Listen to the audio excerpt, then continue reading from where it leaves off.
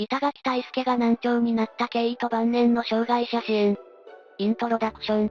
板垣退助は、日本の明治時代の政治家として知られ、自由民権運動のリーダーとしても多くの功績を残しました。しかし、彼の晩年は難聴に苦しむこととなりました。また、彼は自身の経験を通じて、障害者支援にも力を注ぎました。この動画では、板垣退助が難聴になった経緯と、晩年の障害者支援について、対話形式で解説します。難聴の原因。板垣退助ってどうして難聴になったのだ？板垣退助が難聴になった原因は様々な説があるけれど、一つの大きな要因は戦争によるものだと言われているわ。彼は西南戦争に参加し、その際に耳に大きなダメージを受けたとされているの。また、老齢による自然な聴力の低下も一因だと考えられているわね。戦争で耳を痛めたのだな。それは大変だったのだ。そうね。戦争の音や爆風は非常に大きなダメージを耳に与えることがあるわ。板垣退助もそれに苦しむこととなったのよ。晩年の生活。難聴になった後、板垣退助はどんな生活を送っていたのだ？板垣退助は難聴になっても政治活動を続けたけれど、コミュニケーションの困難さから次第に引退を考えるようになったの。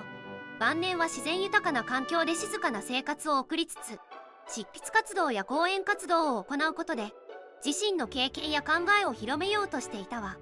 執筆や講演を通じてまだまだ社会に影響を与えていたのだな。その通りよ。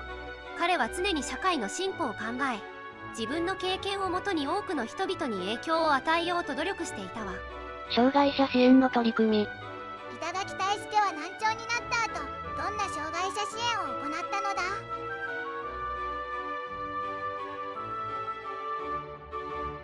障害者の苦しみを深く理解するようになったの。彼は障害者の権利を守るための活動を始め、特に教育や雇用の面での支援を重視したわ。障害者が社会で自立し、尊厳を持って生きることができるようにするための法律や制度の整備にも尽力したのよ。自分の経験をもとに他の人たちを捨てようとしたのだな。素晴らしいことだと思うのだ。そうね。彼の行動は多くの人々に希望を与え、障害者支援の基盤を作る大きな一歩となったわ。まとめ。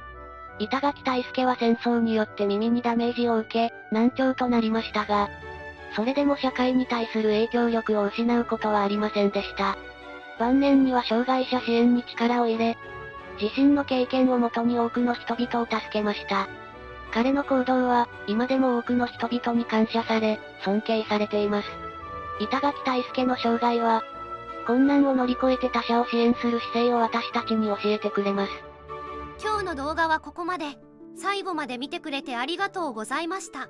このチャンネルでは、日本の侍に関する情報を5分以内の短くまとめた動画を毎日投稿中。日本の歴史に興味があるなら、チャンネル登録や他の動画も見てみてね。